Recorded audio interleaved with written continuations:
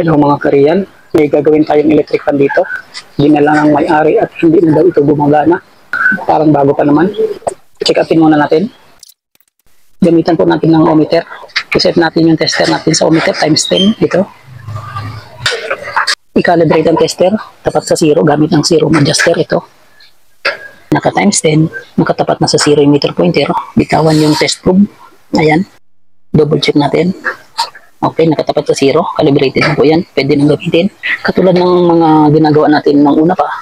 Chinecheck po muna natin ang resistance ng electric fan gamit ang ohmmeter dito sa dalawang terminal ng AC plug ng electric fan. Ikabit lang po natin yung dalawang test probe kahit magkabaliktad po sa dalawang terminal. Okay lang po yan.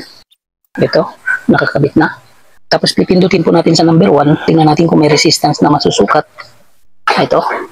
Ayan, may resistance. Sa number 2. Ito, meron din. Sa number 3, meron din.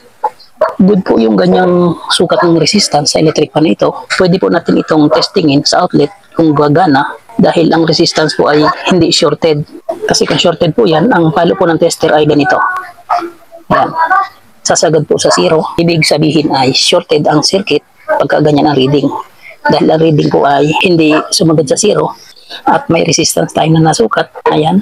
Dahil tinuro ko po nung nakaraan, ang normal resistance po ng reading sa mga electric fan ay simula sa 200 hanggang 1,000. Pagka bumaba sa 200 at lumagpas naman sa 1,000, ang reading ng meter pointer, abnormal na po ang resistance reading niyan.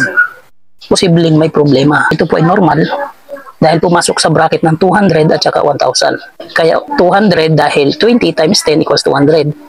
100 times 10 equals 1,000. Yun po ang magiging reading. Maliwanag, para mas lalong maunawaan, marami ko pa pong video ginawa. Panoorin nyo lang po sa aking munting channel. At nandun po ang mga iba't ibang klase ng sira ng electric fan, washing machine, rice cooker, plancha at iba pa. Dahil limitado lang po ang aking nalalaman. At ang aking nalalaman ay binabahagi ko rin po sa bawat isa. Maraming salamat sa patuloy na panonood. Pagpatuloy natin ito. Isaksak lamang po natin ito sa outlet dahil ito po ay good ang reading. Testingin natin ito. Sugupit. Saglit lang ha. Testingin po natin na pindutin ang number 1. So, gumagana naman ito mga Korean. Number 1 pa lang. Para walang sira to.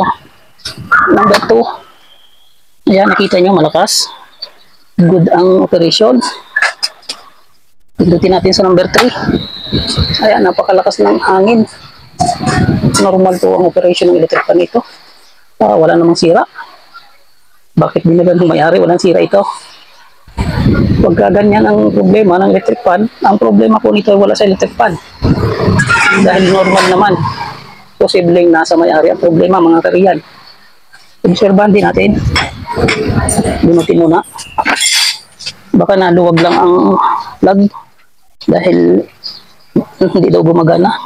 Dito naman ay gumagana. Medyo maluwag yung plug niya. Baka dito lang. Ulitin natin. Ito. Saksak ulit.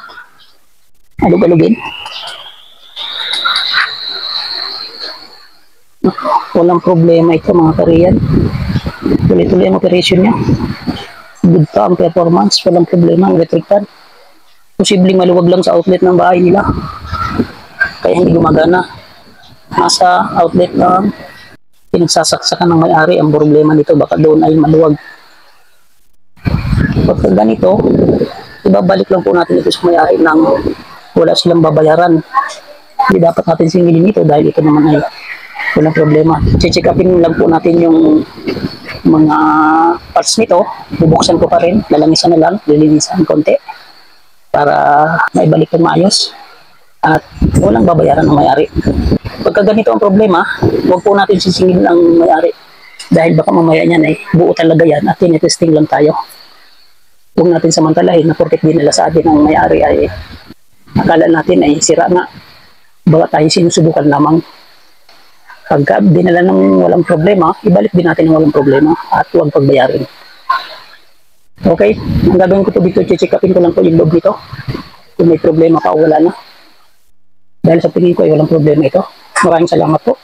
Ang magiging aral po dito ay Huwag natin sasamantalahin na porket binalag ng may-ari ay sisingilin na kaagad natin kahit ito ay walang problema. Baka tayo ay sinusubukan lamang at makita na tayo ay mapagsamantala. Huwag po natin gagawin yan. Maraming salamat po sa panonood, sa mga subscribers ko dyan na nakaabang. Naway may matutunan tayo kahit konti sa video nito. Isang aral po ito na maging honest sa customer. Shoutout po sa lahat ng mga nag-like and comment sa nakaraang latest video ko na walang iba kundi sina Sir Hinaro San Juan, Waldiliwanag, Annex Ong ng Davao City, Mildred Claro, Maria Cristina Francisco, si Dario R, Eliseo Yupo ng Antipolo, Pabe Redobla Rejero, Edgardo J.R. Dato ng Bataan, Rex Vlog, Bencio Bergonyo ng Cabanatuan City, Alex Parone ng Camarines Sur, Enting 63 TV Vlog, Lorenzo Advincola Jr. ng Tansa Cavite, Gani Pitilla ng Pangasinan. Sa mga silent viewers ko rin po dyan, kahit hindi po kayo nagko-comment, ay maraming salamat din po sa inyo. At para po sa lahat, mega shoutout po sa inyo dyan. Okay, paki-like and share naman po ng video ito para may matutunan din yung iba. At may naghihintay pa tayong customer sa labas. May magpapagupit. Pasok!